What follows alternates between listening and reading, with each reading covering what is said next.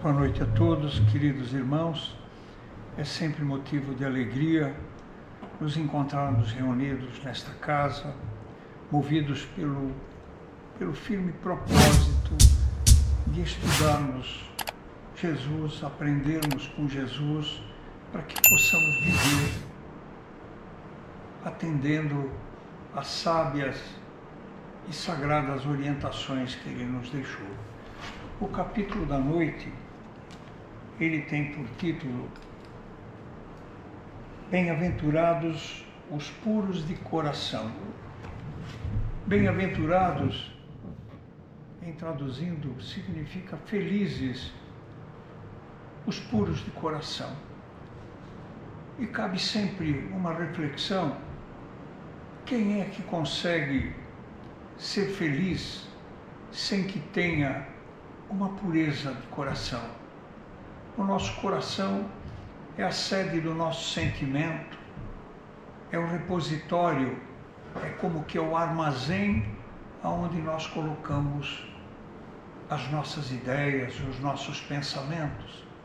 Uma criatura atribulada, uma criatura desequilibrada emocionalmente, que guarda sentimentos como rancor, como ideias de vingança, de ódio, criaturas ressentidas no seio da própria família, em momento algum buscam muitas das vezes a felicidade, como todas as criaturas buscam a felicidade, e perguntam o porquê não a encontram. Um filósofo comentou numa das suas anotações de que se batêssemos a porta de todas as casas daqui do mundo em que vivemos e perguntássemos se alguém tinha a felicidade plena, e a resposta seria sempre: poderíamos encontrar criaturas equilibradas, criaturas contentes com a situação em que viviam, mas na sua grande maioria criaturas contrafeitas, contrariadas, estabelecem a busca da felicidade na riqueza, no domínio, na fama, e nunca leva a esta ambicionada felicidade. Jesus, quando esteve entre nós, conhecedor da nossa condição infantil ainda de entendimento, nos deixou este legado de luz e nos deixou as bem-aventuranças, que na verdade é uma síntese de todos os seus ensinos. Pensadores, estudiosos comentam de que se tudo porventura se perdesse, ou por uma tragédia perdessem os textos do Evangelho, mas se sobrasse tão somente as bem-aventuranças, nada nos faltaria para que nós encontrássemos o caminho de nossa redenção, do nosso progresso espiritual. E é bastante importante que nós compreendamos de que a proposta da doutrina espírita não é promover milagres, não é realizar coisas mirabolantes, não.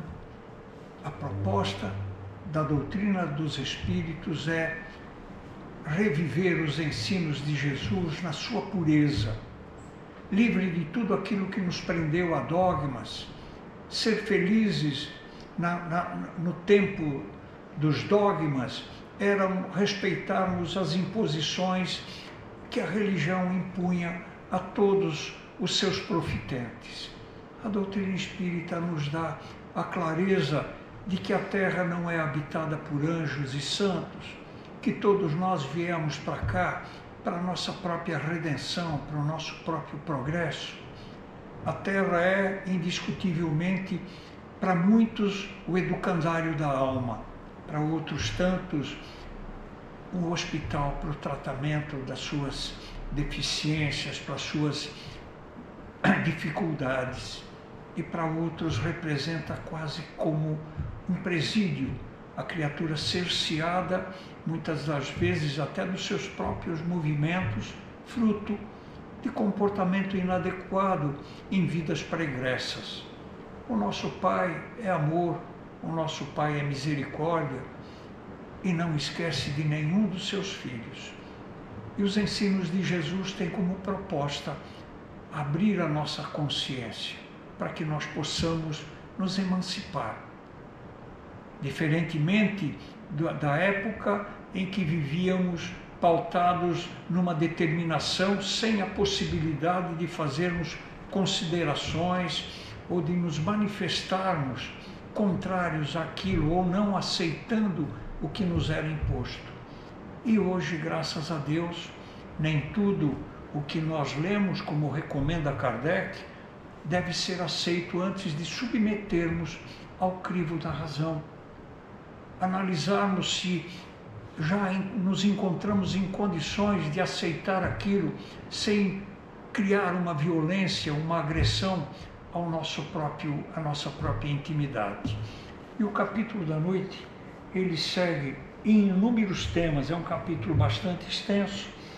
Deixar vir a mim os pequeninos. Aborda o pecado por pensamento, aborda o adultério, a verdadeira pureza e mãos não lavadas, escândalos, cortar a mão, nas instruções dos Espíritos, deixar vir a mim os pequeninos, bem-aventurados os que têm os olhos fechados.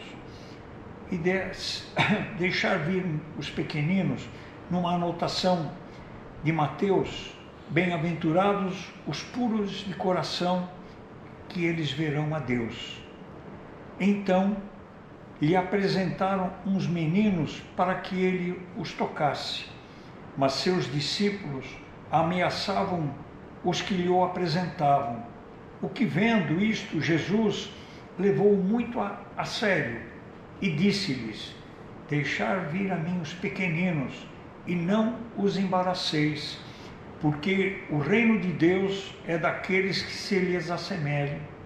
Em verdade vos digo que todo aquele que não receber o reino de Deus como uma criança, não entrará nele. E abraçando-o e pondo as mãos sobre eles, os abençoava. Jesus estabeleceu a criança como símbolo da pureza e da simplicidade, comentando de que nós deveríamos nos assemelhar às crianças, não no tocante à intelectualidade, mas à brandura, à inocência, à mansuetude que uma criança demonstra, e ele pediu um cuidado especial. Este capítulo, esta passagem do deixar vir a mim os pequeninos, ela se desdobra em inúmeras facetas, dando-nos uma lição extraordinária do cuidado que nós devemos ter para com as crianças, da atenção que nós devemos ter por elas. Emmanuel diz: pensa neles. É uma recomendação para que nós pensemos neles. De que maneira nós poderíamos aguardar a emancipação da sociedade humana, o progresso igualitário, sem que o homem se aperfeiçoe? Para que isto aconteça, há necessidade de nós darmos a atenção necessária aos pequenos de hoje, para que amanhã eles possam contribuir para que a humanidade viva em paz, para que as criaturas se respeitem, para que as criaturas se amem. O objetivo da vinda de Jesus é para que nós crescêssemos, para que nós tivéssemos o material didático necessário para que nós pudéssemos dar uma nova direção à nossa vida, nos afastando de tantas e tantas encarnações em que malbaratamos o tempo, criticamos, ferimos, agredíamos. Nós temos que buscar o poder atualmente, não o poder de dominar ninguém, mas o poder de amar, sem aguardarmos nada em troca, oferecermos do nosso coração. Mas para que isto possa efetivamente acontecer, nós temos que ter o nosso coração puro, limpo, sem nódoas, sem manchas. Desta maneira, nós estaremos já em condições de oferecermos algo precioso ao nosso irmão, dando a ele aquilo que ele necessita. A grande luta que nós desenvolvemos aqui na Terra, quando já tocados na consciência pela necessidade de mudança, esta grande luta se refere a nós, contra aqueles costumes, hábitos da crítica, hábitos de falar muitas das vezes ferindo as criaturas. Aqui neste capítulo ele fala dos escândalos. O que é um escândalo? Tudo aquilo que induz ao erro, ao mal, à calúnia.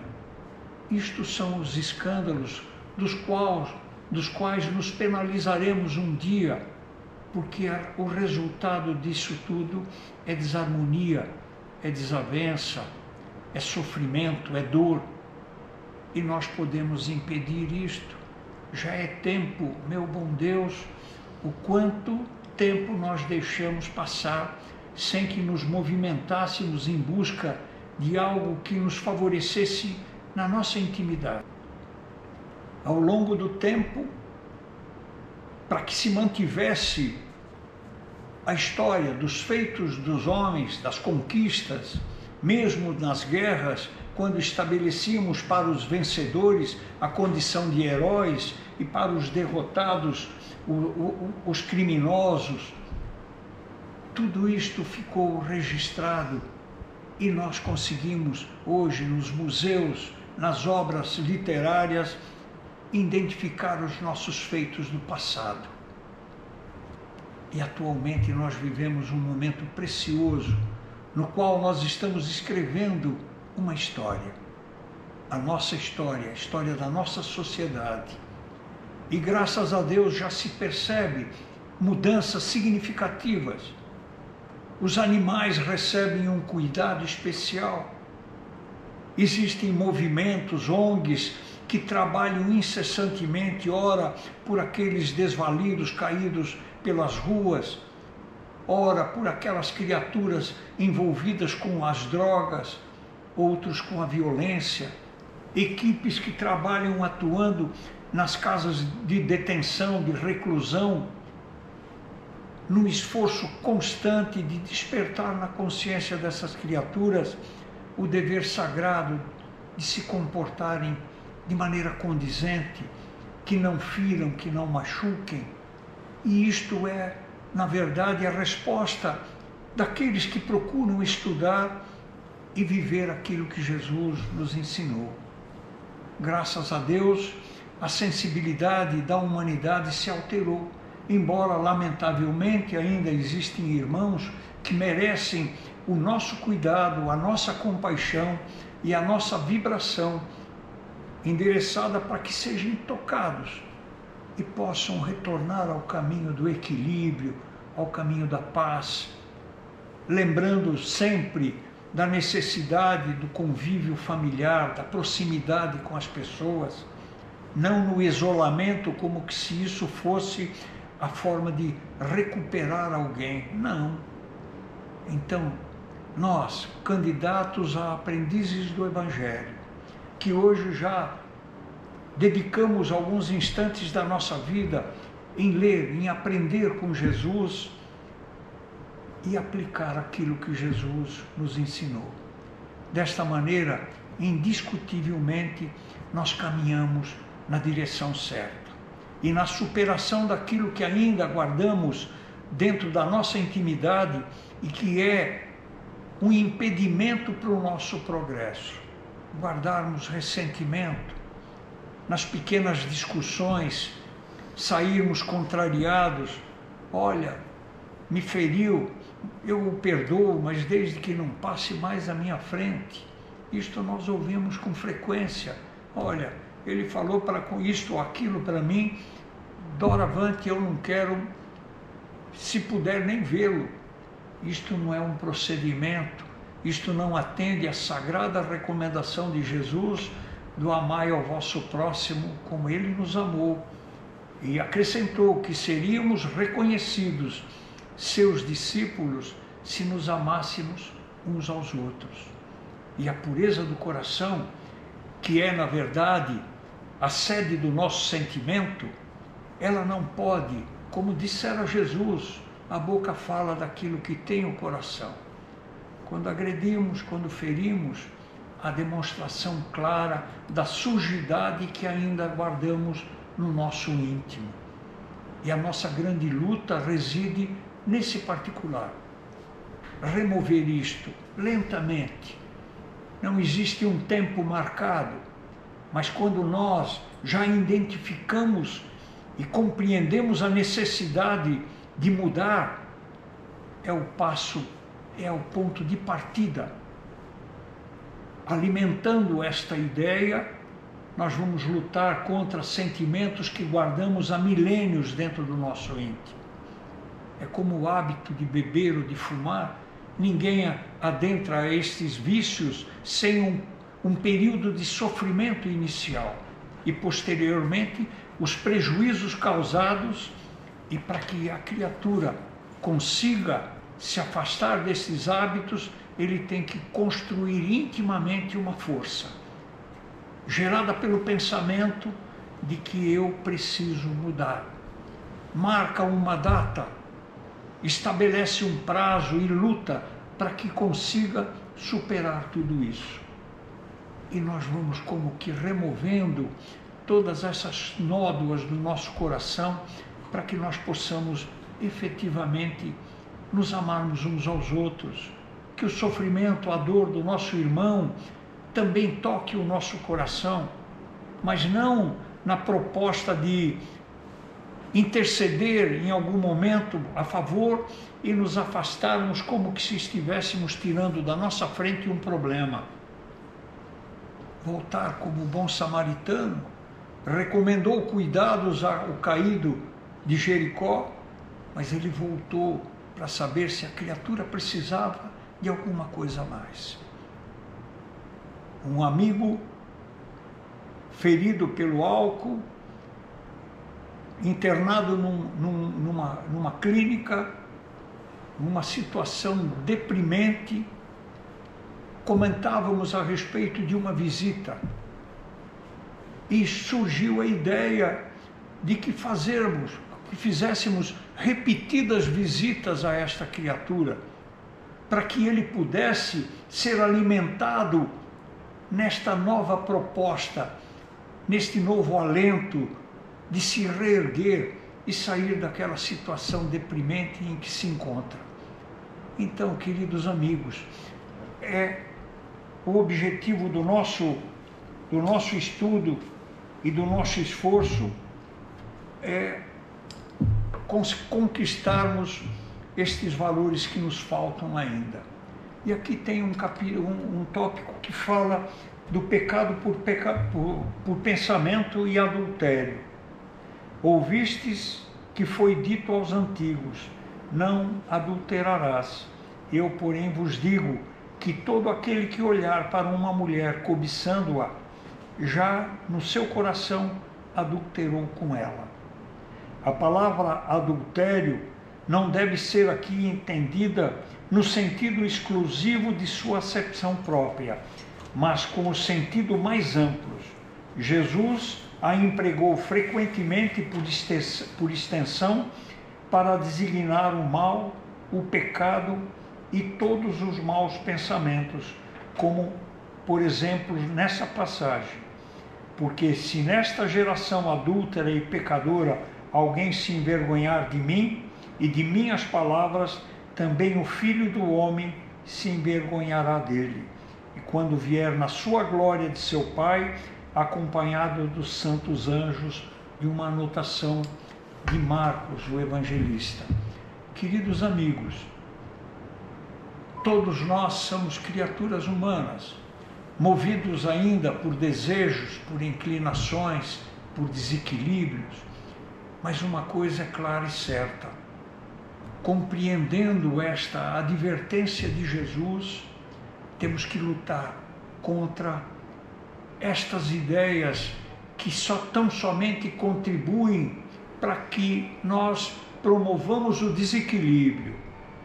Mas quando de nossa parte, em entendendo isto, seja lá o rapaz bonito que passa à frente a uma jovem, ou uma jovem bonita que passa por perto de um jovem ou de um senhor, que tenhamos consciência que admirar não é pecado algum. Agora, cobiçar, nós cometemos um delito, porque comprometemos os nossos valores íntimos, interfere nas nossas vibrações. É como que se criássemos manchas no nosso pensamento, e o nosso pensamento tem que ser algo livre, sem essas manchas, sem essas nódoas, para que nós venhamos a dar este importante passo em busca do nosso progresso. É um pecado? Indiscutivelmente. É um erro. O pecado tem que ser entendido que é, na verdade, um equívoco de nossa parte, não atendendo às recomendações postuladas por Jesus, à luz da doutrina, à luz do próprio Cristo. Esta recomendação não veio da fala de Allan Kardec, não. É a recomendação do Senhor. Ele sabia das nossas necessidades, sabia que nós adulterávamos em muitas facetas da nossa vida. Adulteramos. Adulterar é modificar a sua integridade, é mudar o contexto, a pureza de algo. Nós estamos adulterando.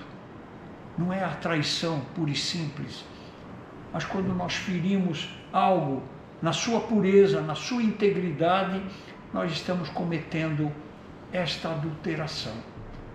E temos que cuidar para que nós possamos andar de cabeça erguida, oferecendo aos nossos irmãos, como aqueles que já passaram, deixando pegadas de luz, para que nós tivéssemos como referência a possibilidade de avançar, de pararmos de repetir incessantemente hábitos que contrariam tudo aquilo que Deus espera de nós.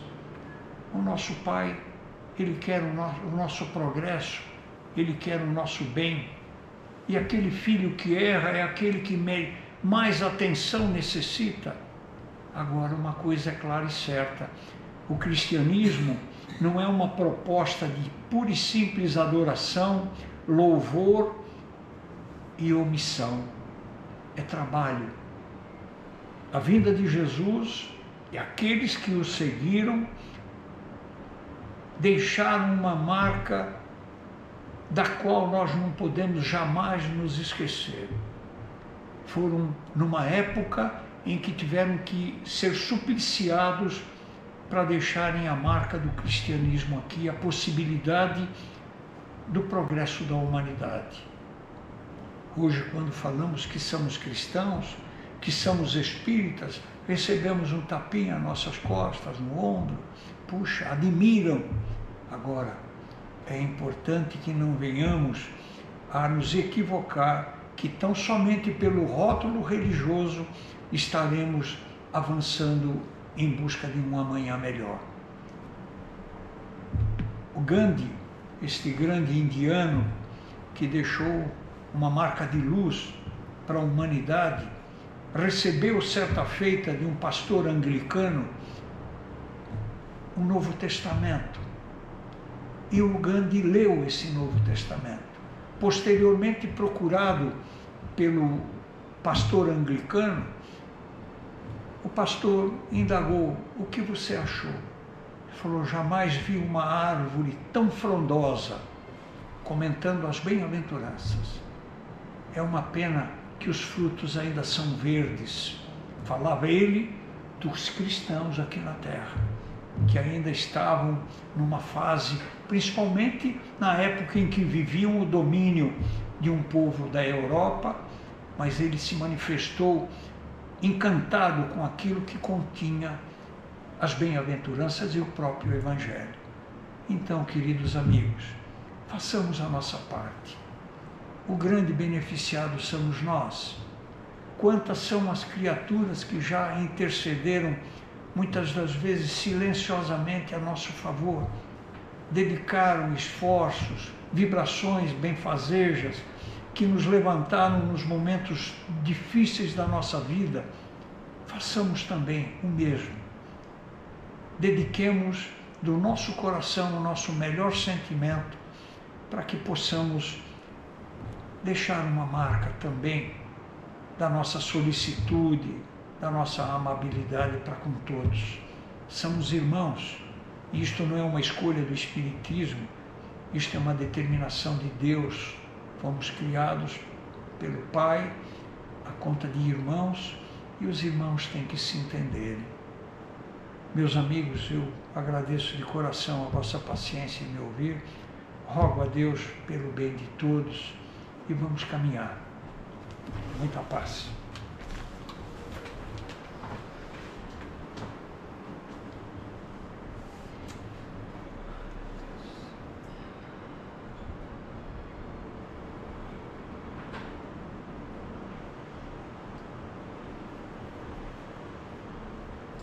Com alegria,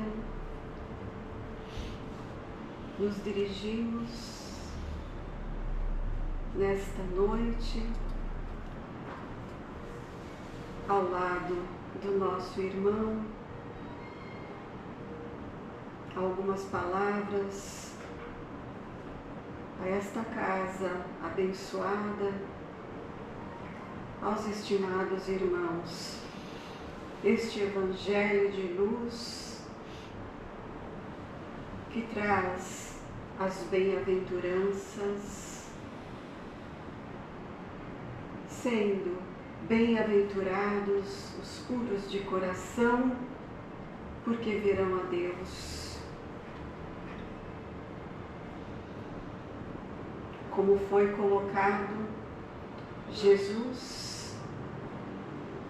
representa a pureza máxima, espírito elevado que esteve na terra, tão puro e iluminado, e trouxe em seu Evangelho de luz a bondade, o perdão, o amor e a caridade. Em seus ensinamentos, ele trouxe a cada um e explicou e trouxe exemplos que são colocados através da doutrina, através de todos os livros sagrados, queridos irmãos, que o amor e a caridade são os caminhos que levam a ver a Deus, os caminhos que cada um deve trilhar e que poucos assim o fazem, porque tropeçam em seu orgulho, em sua vaidade, tropeçam em seu apego, tropeçam em seu egoísmo, tropeçam em muitos obstáculos que atrapalham a marcha da evolução. E aí perdem a pureza, esta pureza tão importante, porque cada um está a serviço, e serviço divino, servindo a Deus, a cada um aqui, e cada um deste planeta serve a Deus, porque todos são filhos de Deus e servem com a pureza, porque aqui estão e assim foram colocados neste planeta, simples e ignorantes, para seguirem um futuro de serviço a Deus, seguindo o amor e a caridade. Muitos assim seguem outros caminhos. Queridos irmãos, aqui nós estamos também servindo a Deus com os nossos corações ainda puros, muitas vezes nem tão puros ainda, amargurados por arrependimentos, mas tentando colocar na marcha da nossa evolução os aprendizados e os conhecimentos. E aqui estamos, todos nós, aprendizes também como os nossos irmãos estão. Colocamos aqui, neste Evangelho de amor, as bem-aventuranças, a pureza, a inocência, como é colocado, dando o exemplo da criança, e que todos são crianças ainda em aprendizado neste planeta. Que todos possam, através desta doutrina abençoada, consoladora, e também esta doutrina que auxilia, esta doutrina que salva, queridos irmãos, aprenderem e colocarem em suas vidas um caminho redentor, um caminho de pureza, um caminho que lhe salve, mas a salvação está dentro de si. A salvação está dentro de si, e não julgando o seu próximo, e não cometendo faltas contra o seu próximo. A pureza está dentro de si. Então, o que sempre é colocado, o estudo, o conhecimento e o trabalho, porque como o nosso irmão bem disse, não existem milagres, e sim trabalho, trabalho árduo, muito trabalho, trabalho no bem, trabalho de amparo, e muito é feito, e muito será cobrado de cada um. Amor e caridade, amor ao próximo sem cessar.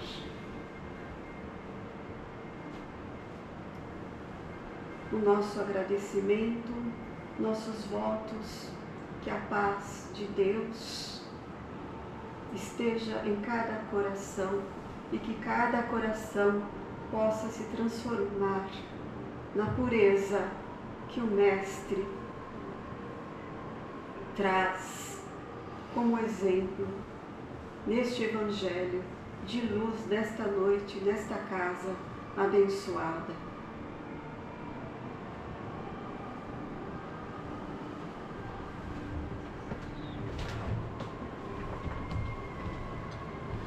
Graças a Deus, agradecemos as palavras do mentor, do amigo, que Deus o abençoe. Queridos irmãos, nesse instante, elevemos o nosso pensamento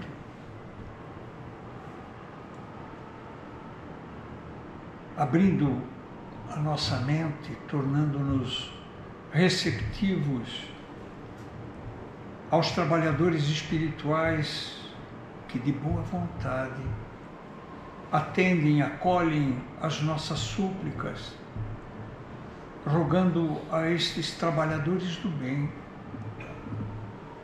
que derramem sobre todos nós as soluções medicamentosas extraídas da natureza, para que ela possa adentrar ao nosso íntimo, promovendo a mudança necessária, dando-nos o alívio aos problemas de ordem física, dando-nos condições de superarmos aquilo que tanto tanta dificuldade enfrentamos em nossas vidas, com muita paz, com muito amor e receptividade, acolhamos as benesses que se derramam sobre esta casa, envolvendo a todos, despertando em cada um de nós o bom ânimo, a esperança, a confiança em Deus nosso Pai, e externando nossa gratidão a todos os irmãos espirituais que neste esforço constante em nos ajudar, roguemos ao Pai que os abençoe a todos e que possamos levar de regresso aos nossos lares esta paz, este amor que aqui encontramos e espargi-los no seio da nossa família. Que assim seja. Graças a Deus.